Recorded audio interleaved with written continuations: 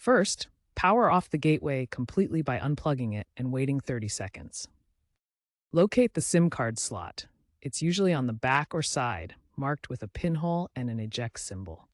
Insert the SIM eject tool or a straightened paperclip into the pinhole and gently push until the SIM tray pops out slightly. Carefully remove the SIM card and replace it if needed. Reinsert the tray and power on the gateway. You might need to reactivate it via the T-Mobile app.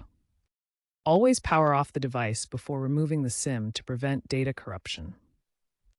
Use the correct tool. Avoid sharp objects that could damage the SIM slot. Ground yourself to prevent static electricity damage to the SIM. If your device is under warranty, improper removal can void it. Newer T-Mobile gateways are transitioning to eSIM, eliminating the need for physical SIM removal in the future. Be aware of potential SIM lock mechanisms requiring app authentication before ejection due to enhanced security features in newer firmware updates. Finally, T-Mobile issued a recall notice in September 2025 for select gateway models due to a defect where the SIM slot could jam after multiple ejections.